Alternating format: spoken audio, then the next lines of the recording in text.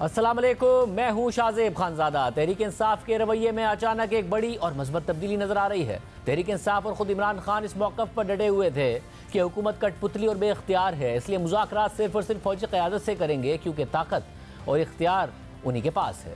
मगर तहरीक इंसाफ को फौजी क़यादत की तरफ से एक दफ़ा भी मुज़ाकरात के हवाले से मस्बत जवाब नहीं मिला, तो आखिरकार इमरान खान हुकूमत से ही मुज़ाकरात के लिए रज़ामंद हो गए हैं, मगर इत्तिहादियों के ज़रिए।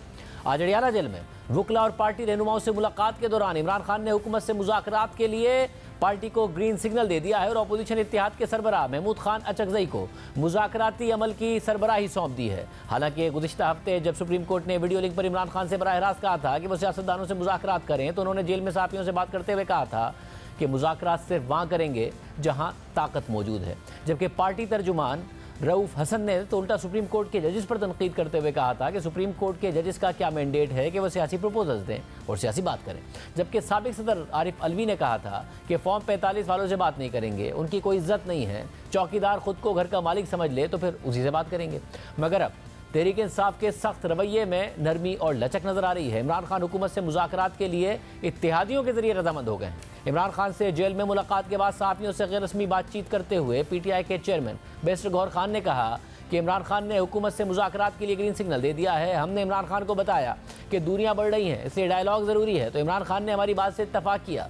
इस पर सहाफ़ी ने सवाल किया कि क्या मुज़ाकरात सुप्रीम कोर्ट के कहने पर हो रहे हैं, तो बैरिस्टर गौहर खान ने जवाब दिया कि सुप्रीम कोर्ट ने जो ऑप्शन दिया है वो भी ज़ेरे गौर है, लेकिन मुज़ाकरात करना PTI का अपना फैसला है। इस पर सहाफ़ी ने पूछा कि मुज़ाकरात की ऑफ़र कहीं से हुई है या आपका अपना फैसला है, तो बैरिस्टर गौहर खान ने जवाब दिया कि मुज़ाकरात की ऑफ़र कहीं से नहीं हुई, यह हमारी अपनी सोच है कि डायलॉग के साथ आगे बढ़ना है। हमारा महमूद खान अचकज़ई और दीगर जमातों के साथ अलायंस है, उनको एतमाद में लेंगे। मुज़ाकरात अलायंस की सतह पर ही होंगे और PTI खुद भी उसका आगाज़ कर सकती है। बैरिस्टर गौहर खान ने मजीद कहा कि मुज़ाकरात के सिवा कोई ऑप्शन नहीं है, हमने मुज़ाकरात से कभी इनकार नहीं किया। बर्फ़ पिघल रही है, हम चाहते हैं कि हालात बेहतर हो जाएं।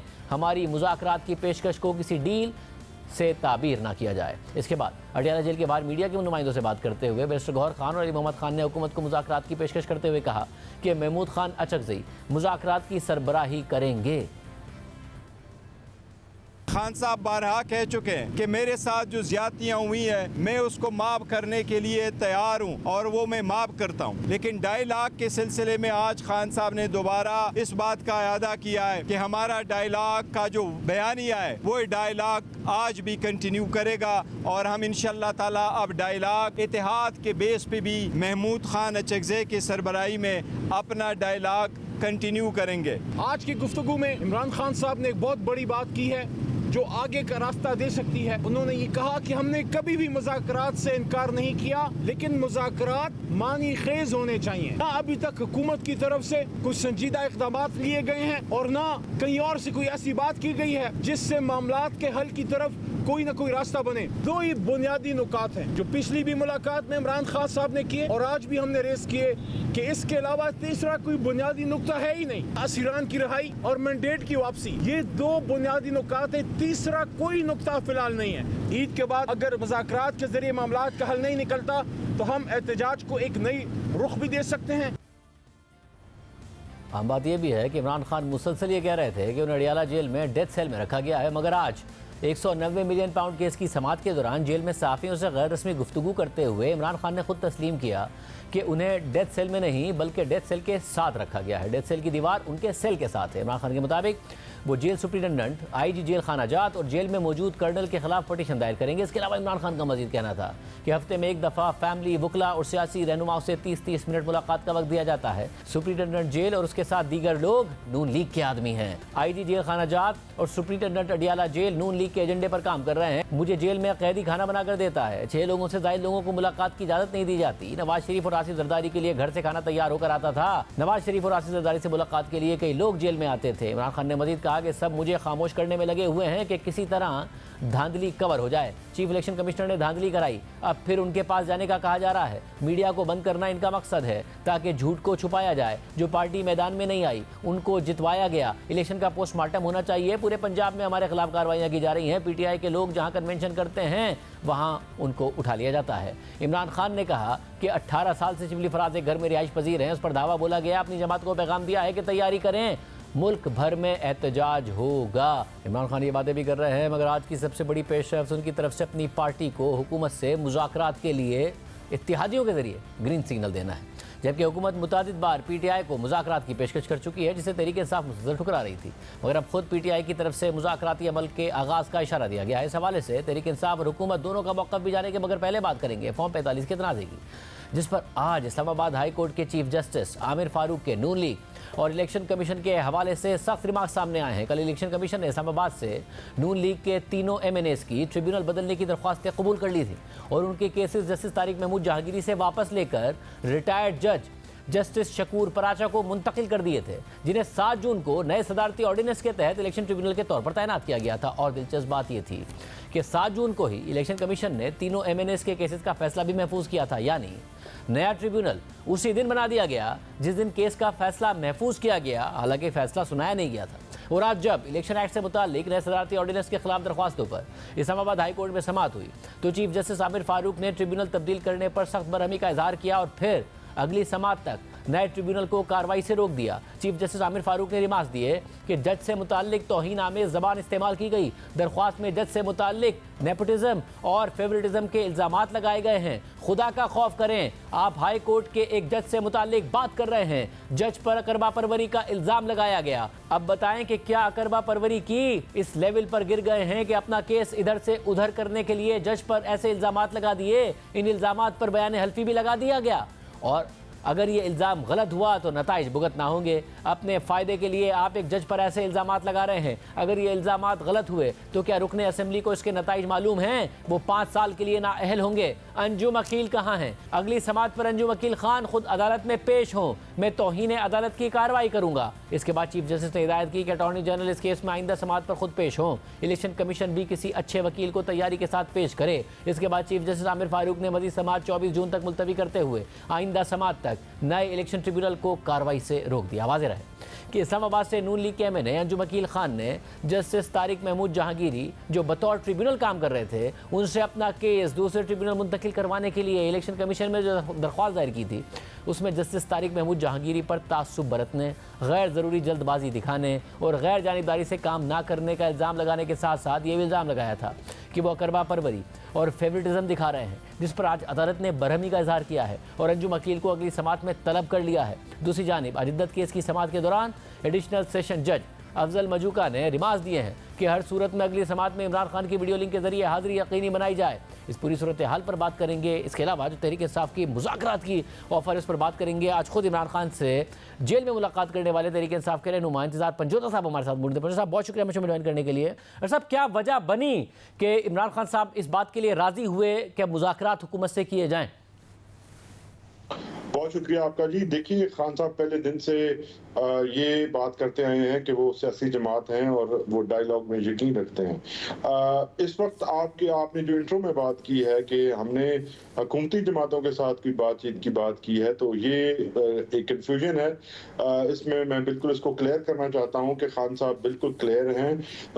आज जब पैगाम पहुंचा कि जो हमारे इत्तेहादी हैं वो मुज़ाकरात करना चाहते हैं, तो खान साहब के सामने सिर्फ मुज़ाकरात की बात आई, उसमें किसके साथ मुज़ाकरात करना चाहते हैं तो उसके बारे में कोई बात क्लैरिटी के साथ नहीं थी। तो खान साहब ने कहा कि अगर इत्तेहादी किसी के साथ बात करना चाहते हैं तो हमारी तरफ से उनको गो अहेड है और वो मुज़ाकरात कर सकते हैं।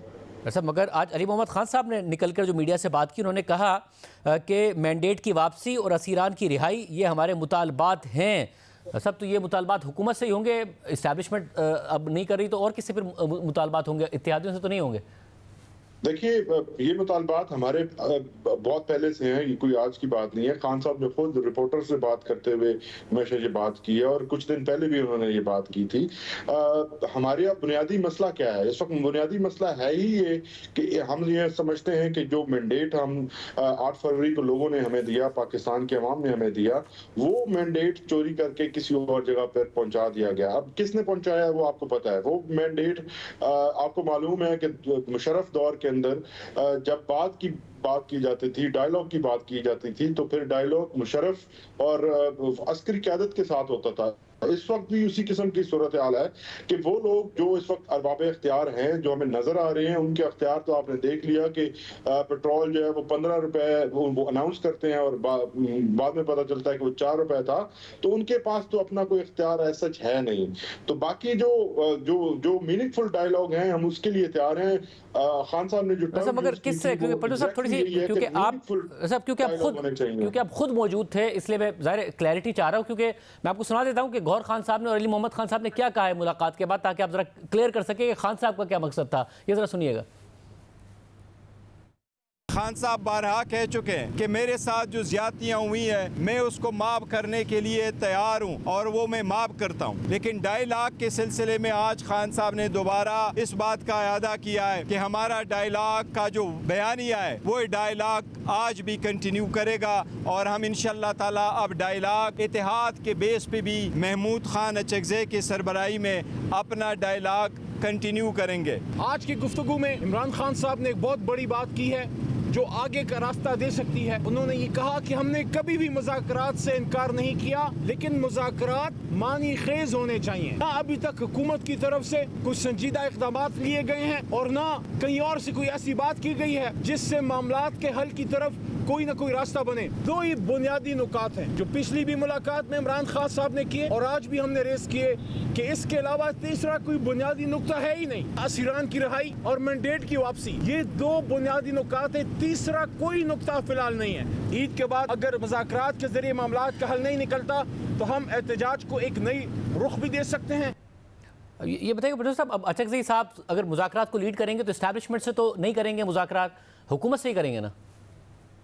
देखिए जी, इसमें गौहर खान साहब की बात भी वाज़ेह है और अली मोहम्मद खान साहब की, उन्होंने मुज़ाकरात की बात की है। मैं भी वही आपसे बात कर रहा हूँ कि खान साहब ने मुज़ाकरात की बात ज़रूर की है, लेकिन मीनिंगफुल मुज़ाकरात की बात की है। मीनिंगफुल मुज़ाकरात अब किसके साथ हो सकते हैं? यकीनी तौर पर उसी के साथ हो सकते हैं जिसके पावर में, अख्तियार में कोई चीज़ है।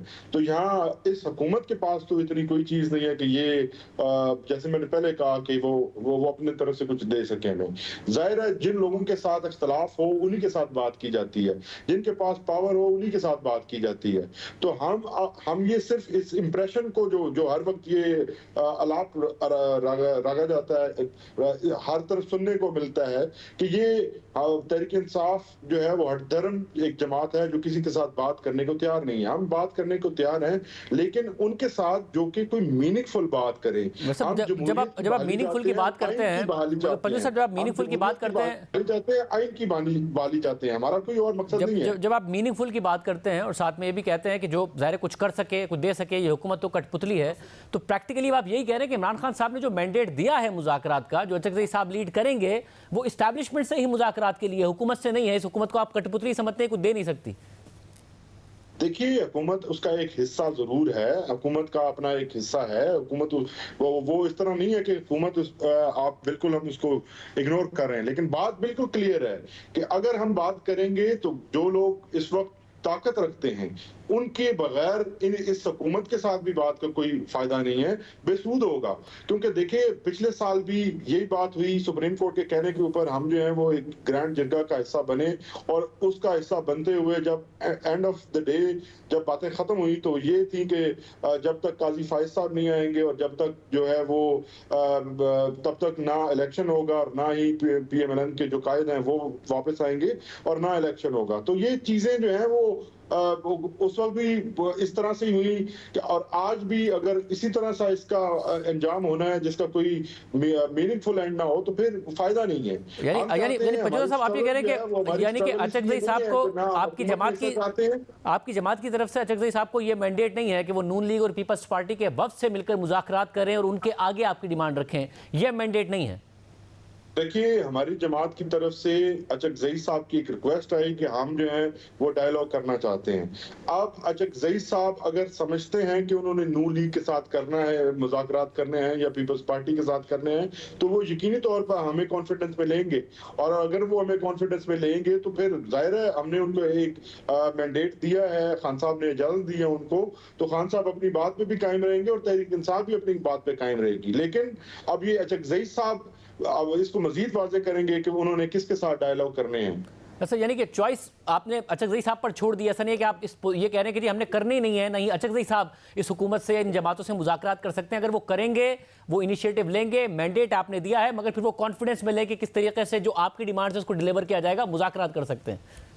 जी बिल्कुल बिल्कुल। देखिए, हमारी डिमांड कोई गैर आईनी गैर कानूनी डिमांड नहीं है। हम एक लॉजिकल बात कर रहे हैं कि अगर 8 फरवरी का पूरे इलेक्शन का जो एक प्रोसेस था, उस प्रोसेस को जिस तरह से फॉर्म 47 के नाम पे बिल्कुल उसको नल एंड वॉइड डिक्लेयर कर दिया गया है।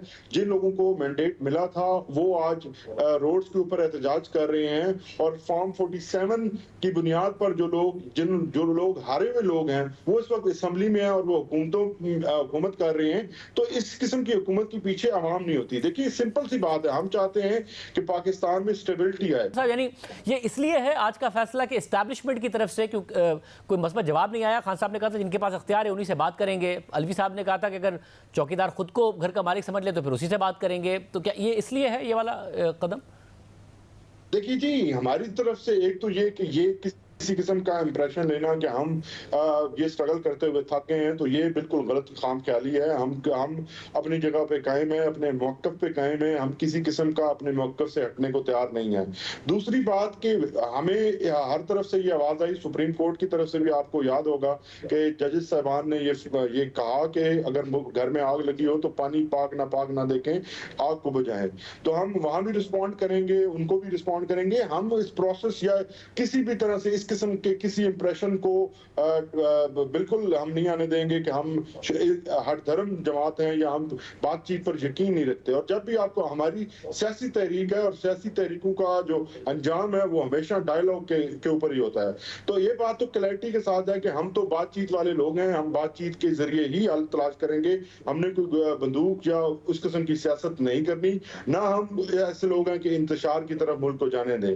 अब बात यह है कि अगर कोई ये समझता है कि मुल्क के मसाइल का हल करना है और उसके लिए सबसे बड़ा मसला जो है वो सियासी अदम इस्तेहकाम है, और जब तक सियासी अदम इस्तेहकाम ठीक नहीं होता किसी किस्म की मुआशी तरक्की जो है वो मुमकिन ही नहीं है। बहुत शुक्रिया। हमारे साथ राना सरोला साहब मौजूद। राना साहब बहुत शुक्रिया हमें ज्वाइन करने के लिए। राना साहब, एक तब्दीली ज़रूर आई है तहरीक इंसाफ के मौक़िफ़ में, मगर ज़रा इनडायरेक्ट तरीके से आई है। वो ये नहीं कह रहे वो आपसे डायरेक्ट मुज़ाकरात करेंगे, वो कह रहे हैं अचकज़ई साहब इत्यादि हमारे वो वफ्द की सूरत में मुज़ाकरात करेंगे जिससे वो मुज़ाकरात करना चाहें और उन्हें लगे कि मायने खेज़ हो सकते हैं तो वो हमें कन्विंस करें, बेशक फिर वो कर लें। हम ये नहीं कह रहे कि हम बहुत सख्त मिजाज रखते हैं और हम किसी के साथ बात करने को तैयार नहीं हैं। तो दरमियान का रास्ता निकाला है वो खुद नहीं, मगर अचकज़ई साहब के थ्रू हुकूमत से बात करने के लिए तैयार है। हुकूमत क्या डिलीवर कर सकती है और क्या हुकूमत तैयार है? देखें, महमूद ख़ान अचकज़ई साहब हों या मौलाना फजल रहमान साहब हों, उनका न सिर्फ PMLN पीपल्स पार्टी की लीडरशिप से उनका बड़ा अच्छा तल्लुक़ है, बल्कि माजी करीब में जब बानी PTI वज़ीर आज़म थे और हमारे ख़िलाफ़ मुकदमात बना रहे थे, तो उस वक्त ये साहिबान जो हैं ये हमारे साथ खड़े थे। तो इसलिए अगर उन्होंने इस बारे में जब भी बात करनी चाहिए तो उनके लिए तो कोई जो है वो रुकावट नहीं है। वो जब चाहें मियाँ नवाज शरीफ साहब से भी मिल सकते हैं, जरदारी साहब से भी मिल सकते हैं, और अगर हमें ये मालूम हो कि उन्हें मिलने की ख्वाहिश है या वो कोई बात करना चाहते हैं तो हम ख़ुद भी उनके साथ रब्ता कर सकते हैं।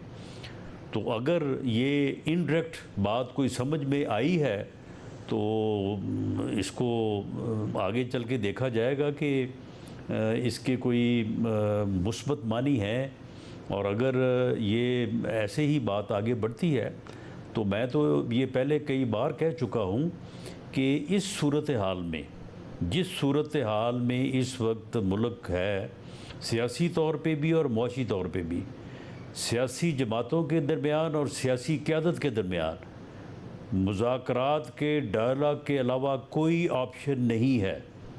इसके अलावा कोई रास्ता नहीं निकलेगा।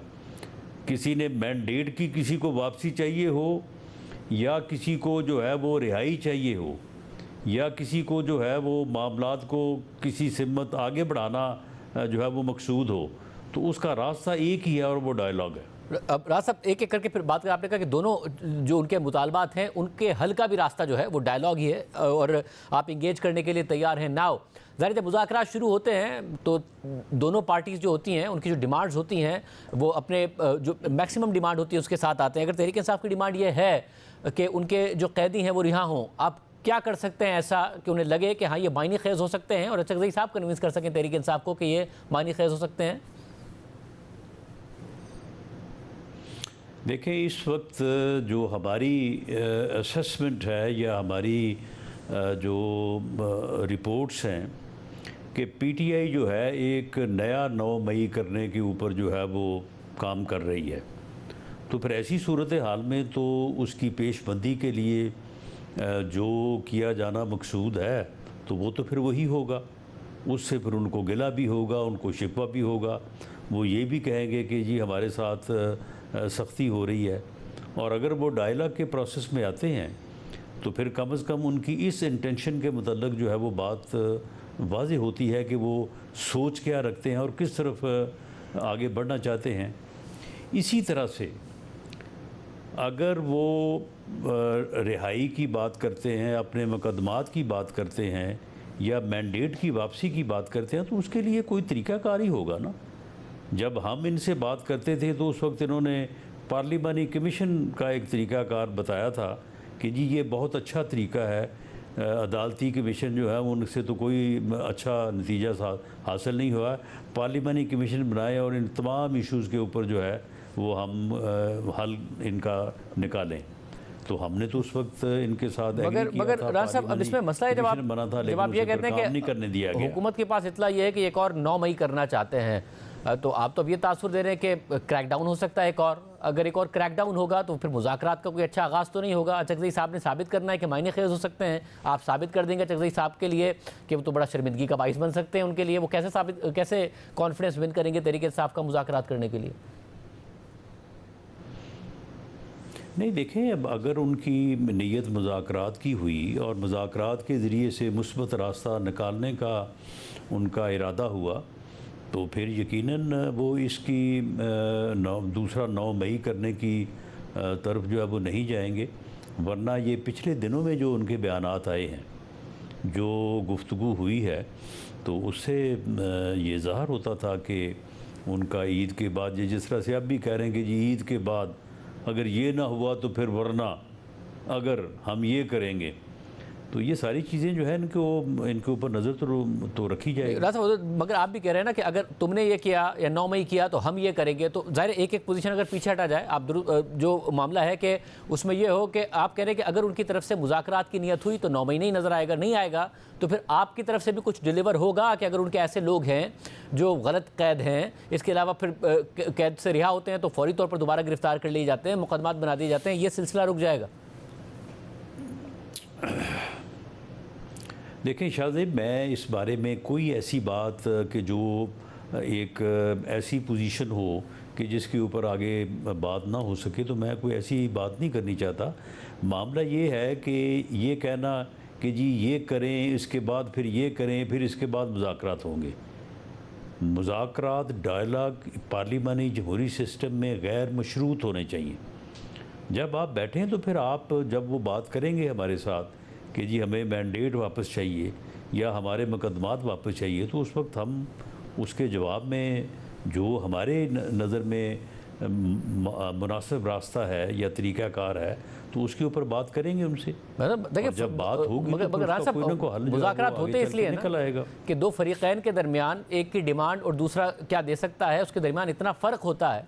उस फ़र्क को कम करने के लिए डायलॉग होते हैं ना, डायलॉग के ज़रिए वो फ़र्क कम होता है और एक पेज पर आने की कोशिश की जाती है। तो मुज़ाकरात से ही होगा मामला। अब आप कह रहे हैं कि मुज़ाकरात हम कर लेंगे अचकज़ई साहब से, आप लोगों का भी मामला बेहतर है, तो अचकज़ई साहब की भी अपनी फेस वैल्यू रहे, उसके लिए ज़ाहिर है ये क्रैक डाउन का सिलसिला, ये दूसरे मामला, इस पर थोड़ा सा पीछे जाना पड़ेगा। आप अब ट्रिब्यूनल्स में अगर मामला हैं वो एक्सपेडाइट नहीं हो रहे हैं। इस्लामाबाद में अगर मामला चल रहा था तो आपकी जमात ने उल्टा जज साहब पर एतराज़ किया और इलेक्शन कमीशन ने तो फौरी तौर पर फिर तब्दील कर दिया ट्रिब्यूनल, और आज इस्लामाबाद हाई कोर्ट के चीफ जस्टिस बहुत ज़्यादा नाराज़ हुए। तो इस तरीके से कैसे सद्देबाब होगा इस शिकायत का? देखें शाहज़ेब, बाज़ बातें ऐसी हैं कि उनकी तफसील में जाना जो है वो मुनासिब नहीं है। हमारे पास भी ऐसी इंफॉर्मेशंस हैं कि जिनकी बुनियाद के ऊपर हमारा भी बाज़ सूरतों में एक ऐसा नुक्ता नज़र या हमारी असेसमेंट है कि हमें फ़लाँ जगह से इंसाफ नहीं मिलेगा, तो उस बारे में फिर हमें भी ये हक़ हासिल है कि हम अपना तरीक़ाकार जो है वो उसके मुताबिक जो है वो अपने मामलात को आगे बढ़ाएं। इस वक्त जो क्राइसिस ऑफ कॉन्फिडेंस है वो अपनी इंतहा पे है और अदारों के अंदर भी सूरत हाल जो है वो जिस तरह की तकसीम सामने आ रही है, तो ये कोई ऐसी सूरत हाल नहीं है जिसके ऊपर इत्मीनान का इजहार किया जा सके या जिसके ऊपर कोई सेटिस्फेक्शन हो। मामला यही है कि पार्लिमानी जमहूरी सिस्टम की जो बुनियाद है डायलॉग, वो जब तक सियासी जमातों, सियासी क़यादत और उससे आगे बढ़ के, जिस तरह से मियां नवाज शरीफ साहब ने भी ये बात कही थी कि सबको सर जोड़ के बैठना चाहिए, तो ये बड़ा ज़रूरी है। इसके बग़ैर पाकिस्तान इस बहरान से जो है वो मगर राजा साहब देखिए, उसमें मसला ये है और निकलने में काफ़ी मुश्किलात का शिकार रहेगा। वैसे तो इस्टेब्लिशमेंट की तरफ से भी प्रेस कॉन्फ्रेंस में तो कहा गया है कि सियासी जमातें आपस में मुज़ाकरात करें, मगर आपको लगता है माहौल ऐसा है कि आप लोग मुज़ाकरात करेंगे और मुज़ाकरात में अगर कोई गिव एंड टेक होता है तो आपको इसकी इजाज़त दी जाएगी? जब माहौल ऐसा हो कि उमर अयूब साहब अदालत में पेश होना चाहें तो उन्हें पेश ना होने दिया जाए, बाद में उनके जो ज़मानत है वो मनसूख कर दी जाए। शिबली फराज साहब के घर पर जो कि इतना पुराना घर बना हुआ है, पहले कभी कुछ ना हुआ हो, पीपल्स पार्टी उनके हक़ में बोल रही हो जो उनके साथ हो रहा है, तो ये सारे मामला हो सकते हैं? देखें शाहजेब, टकराव और तसादम में तो फिर हर चीज़ जो है वो फिर होती है, हमारे साथ भी होती रही है और यही साहबान जो है वो करते रहे हैं। ये आज जिस सूरत हाल में वो ख़ुद गिरफ़्तार हैं, इस सूरत हाल तक इस मुल्क के सिस्टम को पहुँचाने में उन्होंने बड़ी मेहनत की है। उन्होंने इतनी मेहनत की है कि इस मेहनत में से कोई एक वाक़या भी अगर निकाल दें तो शायद ये सूरत हाल ना होती। आप मुझे बताएं कि जिस दिन मुज़ाकरात के नतीजे में सिर्फ़ 1 महीने के फ़र्क से इलेक्शन करवाने के ऊपर जो है वो मुआहदा समझौता होने जा रहा था, इनकी जो मुज़ाकराती टीम है उन लोगों से आप पूछें कि क्या ये ऑफ़र नहीं थी, क्या ये बात होने नहीं जा रही थी, लेकिन इमरान खान साहब ने जो है वो विड्रॉ कर लिया उस टीम को। रासिब, ये गलतियाँ हुई हैं, ये और ज़ाहिर मुज़ाकराती टीम के ये असम्बलियाँ ना तोड़ते, हुकूमतें ना तोड़ते, तो क्या ये हालात हो सकते थे? 9 मई ना करते तो ये हालात हो सकते थे। तो ये हालात अब जिसका वो विक्टिम है या जिससे वो नबरदा आज़मा है, इन हालात को बपा करने में उन्होंने बड़ी मेहनत की है। ये उन्हीं का सारा किया धरा है। उनकी अपनी जमात के किसी और का कोई कसूर नहीं है। अब उनकी अपनी जमात के रहनुमा इस बात का कहते हैं, जो आप मुज़ाकरात की आप बात कर रहे हैं, जो मुज़ाकरात में लोग मौजूद थे वो कंफर्म करते हैं इस बात को कि इमरान खान साहब ने आखिर में जाके वीटो कर दिया। असद उमर साहब बताते हैं कि उन्हें बड़ा समझाया गया, इमरान खान साहब नहीं माने, ये जितने वाक़यात हुए, मगर अब तो मान गए ना बात करने के लिए, आप भी कह रहे थे, तो कम से कम माहौल बनाया जाए, बात आगे बढ़ाई जाए। अदम इस्तेहकाम की सूरत में आप हुकूमत तो नहीं कर पाएंगे ना, अदम इस्तेहकाम तो अपोजिशन को सूट करता है। देखिए शाहजेब, मैं तो अपनी जमात और अपनी लीडरशिप के बारे में ये बात कह सकता हूँ, पाकिस्तान मुस्लिम लीग नून के लीडर ने पूरी कौम के सामने ये बात की हुई है और उस बात के ऊपर कायम है कि इस वक्त मुल्क जिस बहरान का शिकार है, इससे निकलने का एक ही रास्ता है। और मेरा 40 साल सियासी ज़िंदगी का जो है वो एक्सपीरियंस है कि हमें सबको सर जोड़ के बैठना चाहिए, बैठ के बात करनी चाहिए, डायलॉग करना चाहिए। तो इसलिए सवाल ही पैदा नहीं होता कि डायलॉग की अगर इनकी तरफ से बात हो और ये आगे बढ़ें तो हमारी तरफ से जो है वो डायलॉग से या मुज़ाकरात से इनकार हो। ऐसा बिल्कुल नहीं हो सकता, कभी भी नहीं हुआ। बहुत शुक्रिया। इससे पहले ये मामला कैसे आगे बढ़ता है, हुकूमत कह रही है हम मुज़ाकरात के लिए तैयार हैं, जगदीश साहब के जरिए होते हैं उसके लिए भी तैयार हैं। प्रोग्राम ब्रेक शामिल करते हैं और आम खबर आपके सामने रखें। प्रोग्राम में दोबारा खुशामदीद नाजरीन। पाकिस्तान और कनाडा का मैच जारी है। पाकिस्तान मैच जीतने वाला है, 3 रन चाहिए, 16 गेंदें बाकी हैं। फ़खर जमान से थोड़ी देर पहले आउट हो गए, मगर रिजवान ने 53 गेंदों पर 53 किए हैं और मैच को यहाँ तक लेकर आए हैं। बाबर आजम ने भी सहारा दिया, 33 बॉलों पर 33 रन बनाकर वो आउट हुए। तो पाकिस्तान इस वक्त एक कंफर्टेबल पोजीशन में ज़रूर नज़र आ रहा है। आउट भी हमने जल्दी कर लिया था कनाडा को, 106 रन पर आउट किया। बॉलर्स ने सबने ही अच्छी बॉलिंग की। अगर 6 रन एंड ओवर से अगर कोई ऊपर था तो वो सिर्फ और सिर्फ हारिस रऊफ थे। Naseem Shah 6 run and over, बाकी सब ने काफ़ी इकनॉमिकल बॉलिंग की, सबने ही इकनॉमिकल बॉलिंग की और अपना किरदार अदा किया। अब यहाँ से अगर मगर की गेम बहरहाल शुरू हुई है और पाकिस्तान को आगे पहुंचने के लिए, आगे जाने के लिए ना सिर्फ खुद जीतना है बल्कि तवक्को भी करनी है कि अमेरिका अपने बाकी 2 मैचेस हार जाए। ये दुआ भी करनी है कि पाकिस्तान के जो आगे के मैचेस हैं उसमें मौसम के हालात ठीक रहें, बारिश ना हो जाए, क्योंकि अमेरिका को दोनों हर हाल में हारने हैं। पाकिस्तान को इस वाले मैच के बाद अगला मैच हर हाल में जीतना है। ऐसा होगा तो ही हम क्वालिफाई कर पाएंगे। इस वक्त जो आप स्क्रीन पर सूरत हाल देख रहे हैं, 2 रन पाकिस्तान को चाहिए, 16 गेंदें बाकी हैं, 7 विकेटें हाथ में हैं, यानी कि ये मैच तो पाकिस्तान के हाथ में आ रहा है और इस वक्त स्कोर बराबर हो गए, बल्कि कहा जा सकता है कि पाकिस्तान इस वक्त जीत गया और ये 2 रन बन गए हैं। पाकिस्तान की टीम ने अच्छी बॉलिंग की और फिर बैटिंग भी मुस्तहकम अंदाज में करते हुए रन चेज़ कर लिए हैं। हमारे साथ सिकू भाई मौजूद हैं, साथ ही अहमद शहजाद मौजूद हैं, अब्दुल माजिद भट्टी साहब मौजूद हैं। भट्टी साहब के पास बड़ी अहम इस वक्त न्यूज़ है कि, और आज उन्होंने इसको रिपोर्ट भी किया है कि किस किस के खिलाफ क्या क्या हो सकता है। सरप्राइजिंग बात है कि इस मुल्क में जो चेयरमैन पीसीबी है मोहसिन नकवी साहब, जो कि वज़ीर दाखिला भी हैं, उन्होंने अभी टूर्नामेंट ख़त्म नहीं हुआ और सर्जरी की बात कर दी। अपनी नाकामी का एतराफ़ कर नहीं रहे हैं। काकुल में टीम थी, वहाँ पहुँच गए वो उसे लेक्चर देने। इंग्लैंड में टीम थी, वहाँ पहुँच गए वो लेक्चर देने। आयरलैंड में पहुँच गए, अभी वर्ल्ड कप में पहुँचे हुए हैं। हर जगह वो लेक्चर देने पहुँच जाते हैं। हर अपनी टीम उन्होंने सिलेक्ट करने के लिए सिलेक्शन कमेटी अपनी मर्जी की और अपने नौयत की बना डाली, मगर अपनी जिम्मेदारी वो कबूल करने को तैयार नहीं है। और ज़ाहिर इस मुल्क में कौन है जो उनका एहतसाब करे, जो जिस किस्म की वो गलतियां कर रहे हैं और जो टीम का हाल करने में ज़का अशरफ साहब के बाद उन्होंने भी अपना किरदार अदा किया है। सिकू भाई, जीत गए हम, ये मैच जीतना है हमने, अगला भी जीतना है, उसके अलावा अमेरिका ने हारना है। कैसी लगी आज की कारकर्दगी? या ठीक है, मतलब देखिए पाकिस्तान और कनाडा की टीम के दरमियान बहुत जमीन और आसमान का फर्क है। एक बहुत बड़ी टीम है हमारी और कनाडा की नहीं है, जिस तरह के अमेरिका के साथ थी। मगर अमेरिका ने तो हमें सरप्राइज कर दिया था, मगर यहाँ पर ये लोग बहुत सेंसिबल खेले। मेरे ख्याल से अच्छी चेंज की उन्होंने, इफ्तिखार की जो चीज़ें अच्छी हुई हैं, और टॉस जीत गए वो भी बहुत अच्छा किया, बैट फील्डिंग कर ली वो भी बहुत अच्छा किया, और हमारे लड़कों ने बहुत अच्छी बॉलिंग की। मगर फिर वही चीज़ जो मैं बार बार दोहराता हूँ कि शाहीन ने पहले ओवर के अंदर 2 फुल टॉसों पे 2 चौके खा लिए, तो वो अपनी लेंथ को और डायरेक्शन को जो है ना वो अब तक कंट्रोल नहीं कर पा रहे। मैंने अपने प्रोग्राम में ये बोला कि ये बाउंस क्यों नहीं कर रहे। उसके बाद इन्होंने शॉर्ट ऑफ लेंथ गेंदें करनी शुरू की, जिससे गेंद पड़ के निकला है, तो उससे जो कैनेडियन थे थोड़े हिले।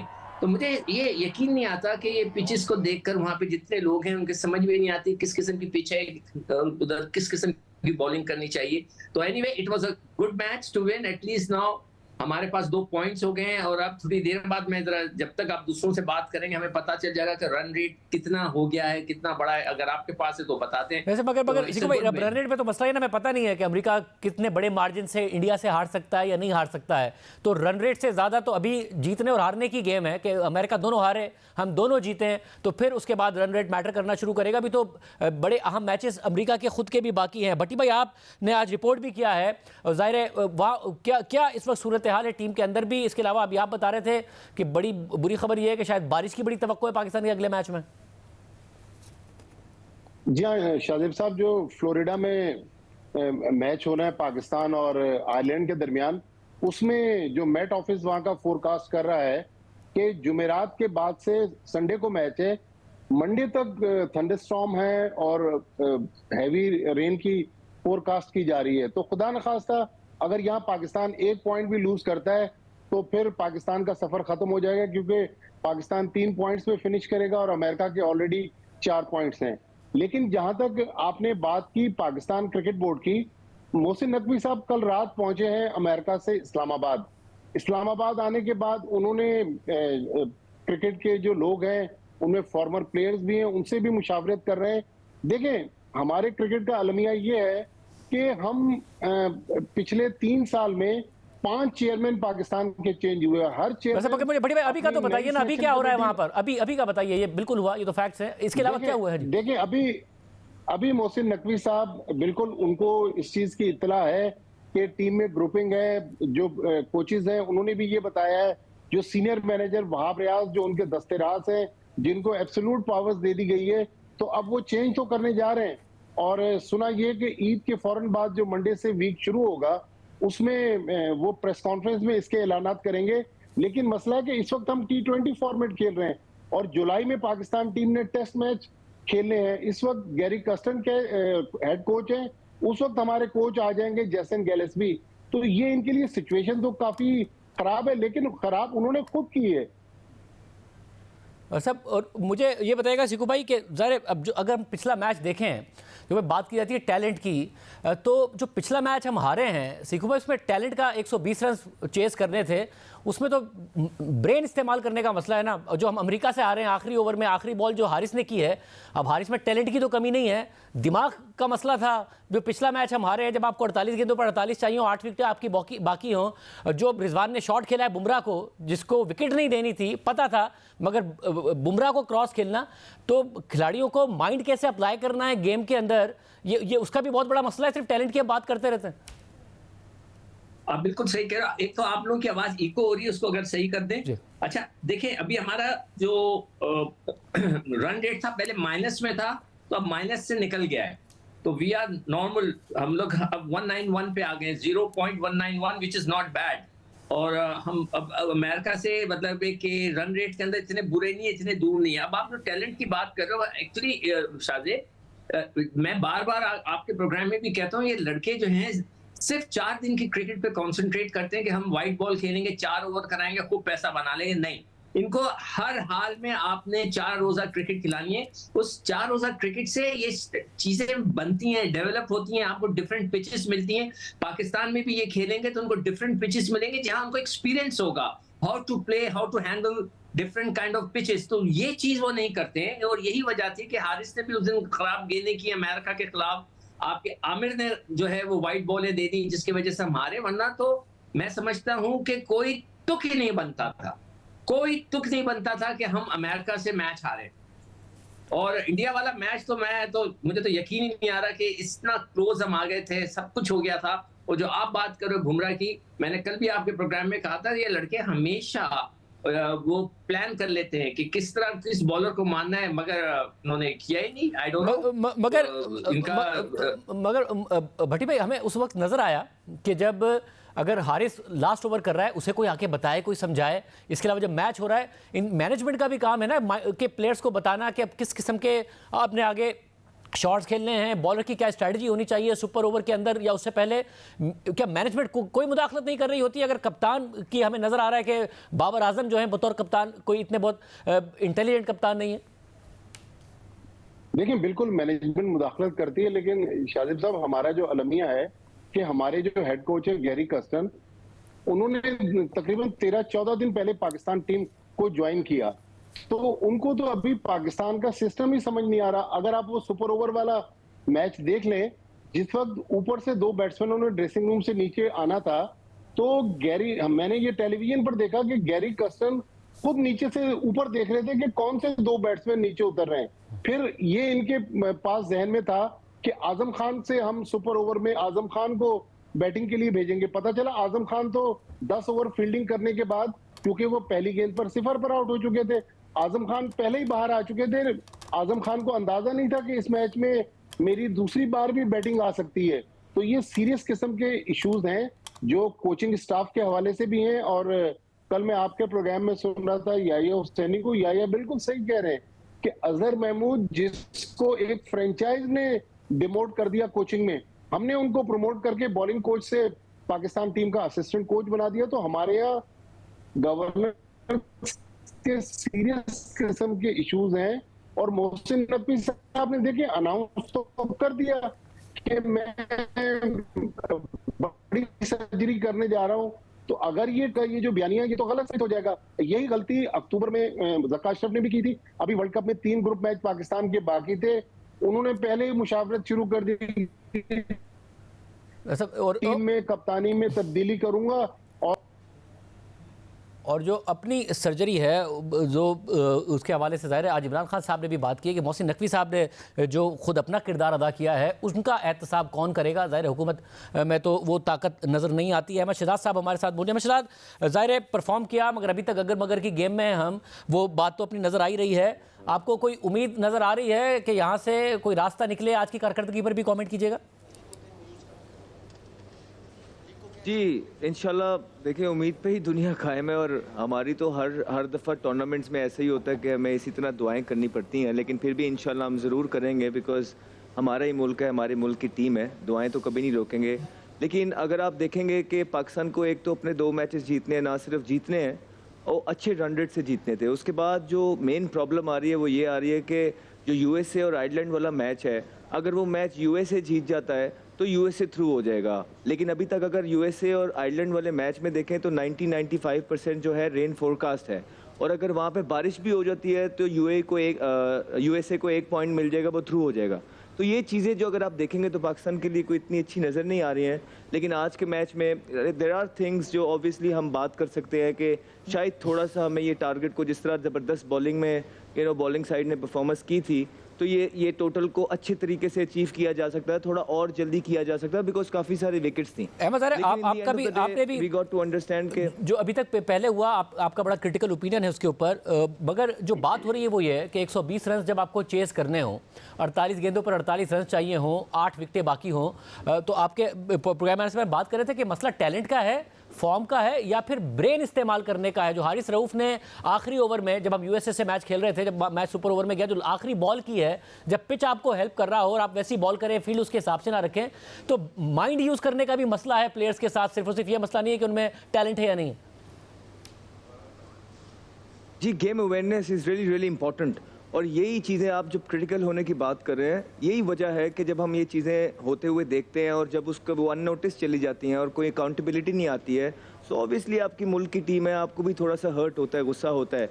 लेकिन अगर आप अभी की बात करेंगे तो टीम इतनी अंडर प्रेशर है, वो उनके खेलने से लग ही रहा है, स्पेशली बैटिंग जो है आपकी, बॉलिंग तो फिर भी अच्छा करके दे रही है, लेकिन टीम इतनी अंडर प्रेशर है कि आप उनसे इतना क्या ही डिमांड और एक्सपेक्ट कर सकते हैं। शायद हमारे लिए इतना ही था कि यही बहुत है कि हमने कनाडा को जिस तरह भी मारा है, मार लिया है, तो ये भी बहुत है आजकल की क्रिकेट में इनके लिए, जिस तरह की ये क्रिकेट खेल रहे हैं। फिर रिजवान जो है, हमने लास्ट मैच में भी देखा कि वो 45 बॉल ले गए, उसके बाद उन्होंने 28-30 रन किए, आज भी उन्होंने इसी तरह की क्रिकेट खेली। अब रिजवान का मसला ये है, देखें कि ये पिच थोड़े से ठीक है, थोड़े ट्रिकी तो है, लेकिन आप एज ए बैट्समैन इस पिच के ऊपर फिर एक शॉट पे खड़े रहते हैं कि आप कट का और पुल का इंतजार करते हैं। और अगर आप अर्ली ऑन रिजवान की इनिंग में देखेंगे, पहले 2-3 ओवर्स में उनको 3 से 4 इस तरह के बॉल मिले जिसपे वो शॉर्ट एंड वाइड थे, और अगर इनकी जगह कोई भी और डिसेंट प्लेयर उस टाइम खेल रहा होता तो वो उसको कट पे चौका मारता। लेकिन सिंस रिजवान एक totally bottom hand dominated player हैं और वो जितनी भी क्रिकेट खेलते हैं वो लेग साइड पे जो है ना इंतज़ार कर रहे होते हैं, तो जब आप प्री प्लान लेग स्टंप पे मारने के लिए खड़े होते हैं तो उसके बाद जो बुरे बॉल आते हैं आपके एरिया से हट के होते, वो भी बुरे ही हैं, लेकिन आप एक साइड को टारगेट करके खड़े होते हैं तो वो बॉल्स आप मिस कर देते हैं। तो ये तो चीज़ बड़े अरसे से रिजवान में चलती आ रही है। लेकिन अच्छी चीज़ ये है कि पाकिस्तान आज मैच जीता है, एटलीस्ट इंशाल्लाह दुआ यही करेंगे कि जितनी भी आगे क्रिकेट इनकी पड़ी है, अल्लाह ताला इनका साथ दे दे और किसी न किसी तरीके से हम थ्रू कर जाएं। बहुत शुक्रिया। मशराज इस हवाले से बात कर रहे थे, उम्मीद तो यही की जा रही है कि ऐसा हो जाए, मगर हालात बहुत मुश्किल नज़र आ रहे हैं। अब मौसम भी पाकिस्तान के ख़िलाफ़ नतीजे भी बहुत ज़्यादा अहम है। कल वज़ीर ख़जाना मोहम्मद औरंगज़ेब अगले माली साल के बजट का ऐलान करेंगे और आज उन्होंने अपनी टीम के साथ रवां माली साल के मुआशी सर्वे के अदाद शुमार का ऐलान कर दिया। मुआशी सर्वे के मुताबिक रियल, फिस्कल और एक्सटर्नल सेक्टर्स के साथ साथ फाइनेंशियल मार्केट्स में बेहतरी आई है। रवां माली साल में 2.38% की GDP तरक्की देखी गई, जिसमें सबसे बड़ा किरदार एग्रीकल्चर का था। रवां माली साल में 6.25% की एग्रीकल्चर सेक्टर की ग्रोथ रिकॉर्ड की गई, जबकि गुज़िश्ता बरस एग्रीकल्चर सेक्टर में 2.27% की तरक्की देखी गई थी। मुआशी सर्वे के मुताबिक रवां माली साल सर्विसेज और इंडस्ट्रियल सेक्टर में 1.21% की तरक्की देखी गई, जबकि मुल्क के GDP का हजम $375 अरब पर पहुंच गया, जबकि फीकस आमदनी $1551 से बढ़कर $1680 पर पहुंच गई है। और दूसरी तरफ मुल्क में इन्वेस्टमेंट टू GDP रेशो मजीद कम हो गया है। गुज़िश्ता बरस इन्वेस्टमेंट टू GDP रेशो 14.13% था, जो इस माली साल में मजीद गिरकर 13.14% पर आ गया है, जबकि नेशनल सेमी ग्रेड गुज़िश्ता बरस की तरह 13% की सतह पर ही रहा, जबकि एग्रीकल्चर सेक्टर की 6.25% की तरक्की में 16.82% की तरक्की बड़ी फसलों में देखी गई। 11.6% इजाफे के साथ गंदम की पैदावार 31.4 मिलियन टन पर पहुंच गई, जबकि गुज़िश्ता बरस ये पैदावार 28.2 मिलियन टन पर थी। कपास की पैदावार जो गुज़िश्ता बरस बारिशों और सैलाब की वजह से बुरी तरह मुतासिर हुई थी और 4.9 मिलियन बेल्स पर पहुंच गई थी, वो इस बरस 10.2 मिलियन बेल्स रही, जबकि चावल की पैदावार में 34.8% का इजाफा देखा गया और पैदावार गुज़िश्ता बरस के 7.3 मिलियन टन से बढ़कर 9.9 मिलियन टन तक पहुंच गई, जबकि गन्ने और मकई की पैदावार में बिलतरतीब 4% और 10.4% की कमी देखी गई, जबकि जुलाई से मार्च तक लार्ज स्केल मैन्युफैक्चरिंग में एक बार फिर मनफी ग्रोथ देखी गई है। गुज़िश्ता बरस 7% की कमी के बाद इस साल लार्ज स्केल मैन्युफैक्चरिंग में 1% की कमी रिकॉर्ड की गई। मुआशी सर्वे के मुताबिक बढ़ते हुए फिस्कल खसारे से निमटने के लिए फिस्कल कंसोलिडेशन के इकदाम किए गए हैं, जिससे रेवेन्यू में तो इजाफा हुआ मगर अखराजात में इजाफे से दबाव बढ़ा, जिसमें सबसे बड़े अखराजात सूद की अदायगी में इजाफे की वजह से थे और इस वजह से जुलाई से मार्च तक फिस्कल खसारा जीडीपी का 3.7% रहा, जो पिछले साल जितना ही है, जबकि इस माली साल के इब्तिदाई 9 माह में प्राइमरी सरप्लस 1615 अरब रुपए या जीडीपी का 1.5% रहा, जबकि पिछले माली साल के 9 माह में 503 अरब रुपए या जीडीपी का 6% था। जुलाई से मार्च तक अखराजात में 36.6% का इजाफा देखा गया, जबकि गुज़िश्ता बरस 18.7% का इजाफा देखा गया था, जबकि इस साल में जो टोटल अखराजात में 36.6% का इजाफा हुआ है उसमें से 33.4% इजाफा करंट अखराजात में था, जिसमें 54% इजाफा सूद की अदायगियों में देखा गया था। रेवेन्यू की बात की जाए तो जुलाई से मार्च तक टोटल रेवेन्यू में 41% का इजाफा देखा गया, जबकि गुज़िश्ता बरस 18.1% का इजाफा देखा गया था और इस साल इजाफे की बड़ी वजह नॉन टैक्स रेवेन्यू में 90.7% का इजाफा है, जिसमें बड़ा हिस्सा स्टेट बैंक के मुनाफे का है। इसके अलावा पेट्रोलियम लेवी, मार्कअप और ऑयल एंड गैस से मिलने वाली रॉयल्टीज ने भी अपना हिस्सा डाला। जबकि टैक्स आमदनी की बात की जाए तो जुलाई से मार्च तक 29.3% का इजाफा देखा गया, जबकि गुज़िश्ता बरस 16.5% का इजाफा देखा गया था, जबकि रवा वाली साल के इब्तिदाई 9 माह में पाकिस्तान का टोटल कर्जा 67,525 अरब रुपए पर पहुंच गया है, जिसमें से 43,432 अरब रुपए डोमेस्टिक कर्जा और 24,093 अरब रुपए या 86.7 अरब डॉलर्स बैरूनी कर्जों की मद में है। आज मुआशी सर्वे का ऐलान करते हुए वज़ीर ख़ज़ाना मोहम्मद औरंगज़ेब ने आगे आने वाली मुआशी इक़दामात का भी जिक्र किया। बजट में टैक्स इक़दामात के हवाले से वज़ीर ख़ज़ाना मोहम्मद औरंगज़ेब ने कहा कि कोई मुक़द्दस गाय नहीं है, हर एक को अपना हिस्सा देना है, मुल्क खैरात से नहीं टैक्सों से चलता है। जिस प्रिंसिपल के साथ सर हम आगे जा रहे हैं, जहाँ जहाँ हमने रिफॉर्म करनी है उसमें दो पहलू हैं। पहली बात यह है कि जो आज हमारे पास पॉलिसी है और हम उसको इन्फोर्स नहीं कर पा रहे, उसको इन्फोर्स करवाना है, whether it's on the tax side और whether it's on the power side. अगली चीज हमने ये करनी है कि जो नए इनिशिएटिव्स आ रहे हैं, तो मैं FBR से शुरू करता हूँ, वहाँ जो लीकेजेस हैं उनको हमने पहले ब्लॉक करना है। ट्रैक एंड ट्रेस हमारा काम नहीं किया, जो हमारा पॉस काम नहीं किया, जिस तरह हम उसको डिजिटलाइजेशन की तरफ लेके जा रहे हैं ताकि ह्यूमन इंटरवेंशन उसमें कम की जा सके। As far as I am concerned, I think what he was trying to see, there are no secret cows, there are no secret cows. Everyone will have to contribute to this economy, क्योंकि इस मुल्क में philanthropy से, खैरात से school चल सकते हैं, यूनिवर्सिटी चल सकती हैं, अस्पताल चल सकते हैं, मुल्क नहीं चल सकते, मुल्क टैक्स से ही चल सकते हैं। वज़ीर ख़ज़ाना ने डिस्कोस के बोर्ड्स को तब्दील करने का ऐलान करते हुए कहा कि हम डिस्कोस को प्राइवेट सेक्टर में लेकर जाएंगे। हम एक बात जानते हैं कि अब डिस्कोस पब्लिक सेक्टर्स में नहीं रह सकते। डिस्कोस की कॉर्पोरेट गवर्नेंस है, उसको ठीक करना है। इसमें प्राइवेट सेक्टर SME प्रोफेशनल्स लेकर आएंगे। We are going to take this discos into the private sector. उसके दो रूट्स हो सकते हैं, हम आला तुर्किया उसको कंसेशन साइट पे ले जा सकते हैं और we hand it over actually to the privatisation commission and they take it forward, और अ कॉम्बिनेशन ऑफ बोथ। लेकिन एक चीज बड़ी क्लियर है कि ये पब्लिक सेक्टर में नहीं रह सकते। जबकि पास्को के बारे में उन्होंने कहा कि हम पास्को को रीस्ट्रक्चर करेंगे, हुकूमत को जितना मुआशी सरगर्मियों से निकालेंगे उतना ही उसमें बेहतरी आएगी।